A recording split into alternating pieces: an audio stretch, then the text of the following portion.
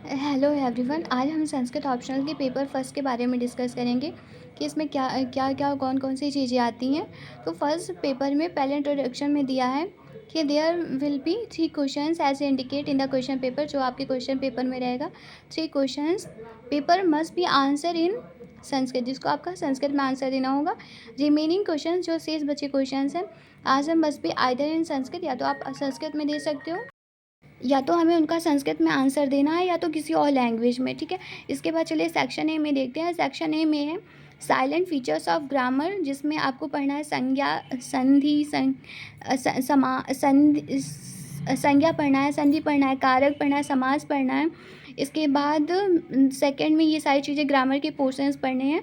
इसके बाद सेकंड में पढ़ना है मेन कैरेक्टरिस्टिक्स ऑफ वैदिक संस्कृत लैंग्वेज। उसके बाद सेकंड के बी में है prominent features of classical Sanskrit language. C में है contribution of Sanskrit linguistic studies.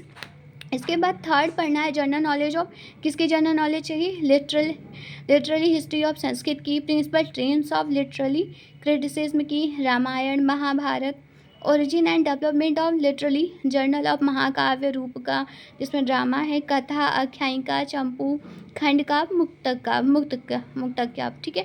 इसके बाद सेक्शन बी है। सेक्शन बी में फोर्थ पार्ट है, इसमें essential of Indian culture with stress on पुरुषार्थ और वर्ण व्यवस्था, art and fine arts, technical science. And fifth में क्या है, ट्रेंड्स ऑफ इंडियन फिलॉसफी, जिसमें मीमांसा, वेदांता, न्याय, वैशेषिक, सांख्य, योग, बुद्ध, जैन।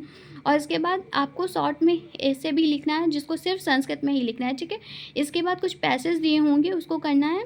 ये सारे पार्ट्स थे जो क्या है कि सेक्शन ए के पेपर पार्ट 1 के थे। पेपर पार्ट 2 को मैं नेक्स्ट वीडियो में डिस्कस करूँगी। आपको वीडियो कैसी लगी है प्लीज़ कमेंट करके बताइए। Thank you so much. जय हिंद।